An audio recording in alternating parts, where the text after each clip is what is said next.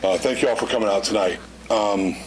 First of all, I just want to say thank you to the officers that work these streets, that work Jacksonville as hard as they do every night in Jacksonville, and work for this community every single night to try to make sure that we keep this community safe. It's very important.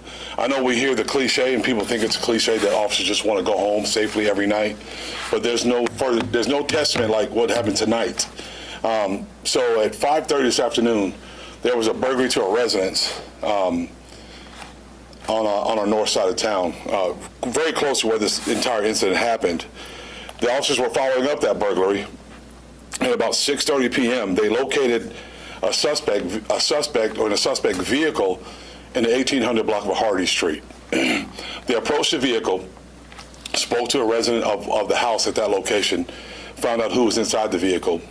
They tracked some equipment or some things that were stolen from that burglary to that location. They approached the vehicle. There's 5 officers involved. They approached the vehicle, and when they got to the vehicle, they formulated a plan, but they looked on top of the car, and on top of the car, there was a handgun on top of the car. It was still unknown why that handgun was on top of the car. They removed that handgun, put it toward the back of the vehicle, and then began talking about, making a plan on how they were going to have a discussion with the individual that was sleeping on the back seat on the inside.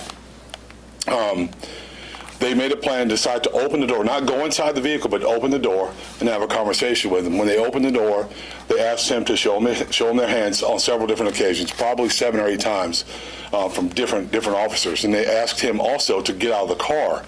Well, he refused to get out of the car and kept saying, just turn the light off and get the light out of my face so I can see.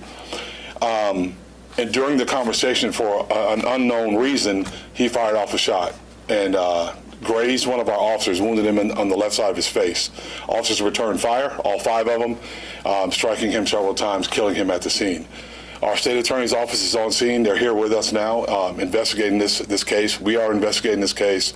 All the officers have been placed on administrative leave per policy, and we are focused on making sure that we get to the bottom of all this entire incident.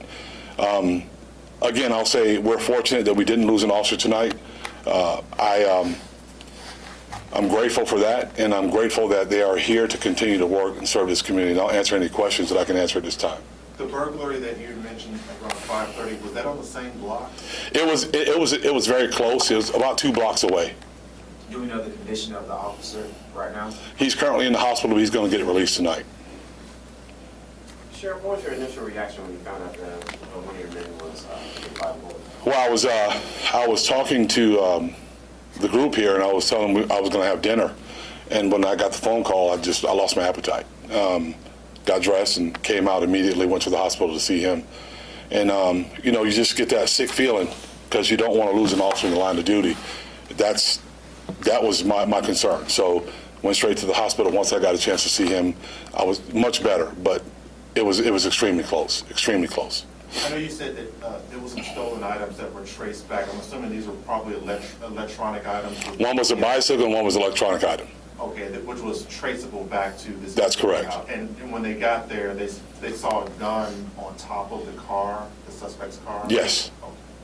And it was at that point they were trying to figure out, okay, best way to kind of approach this. Well, you don't want to just go in someone's car, right? You need permission to be able to do that, but you do want to, you're investigating the case, so we want to open the door and be able to talk to them, have a conversation with them.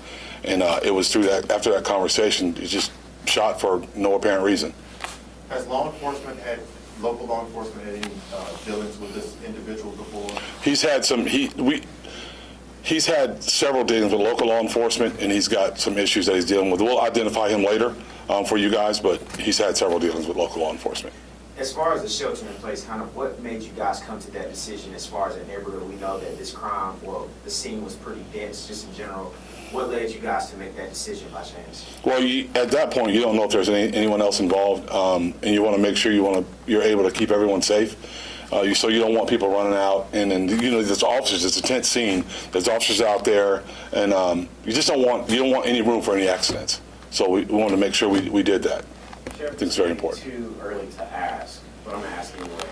How soon can we see body/dash cam video?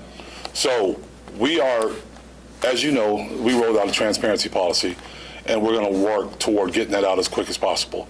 We want to do it. We've put a time clock on ourselves within 21 days. If we can do it sooner, we'll do it. It's a coordinated effort, right?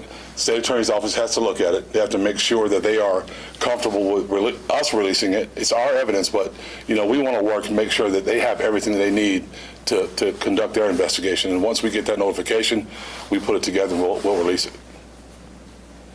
Did you say that he was sleeping in the car? Yes. Thank you, Sheriff. All right, thank you.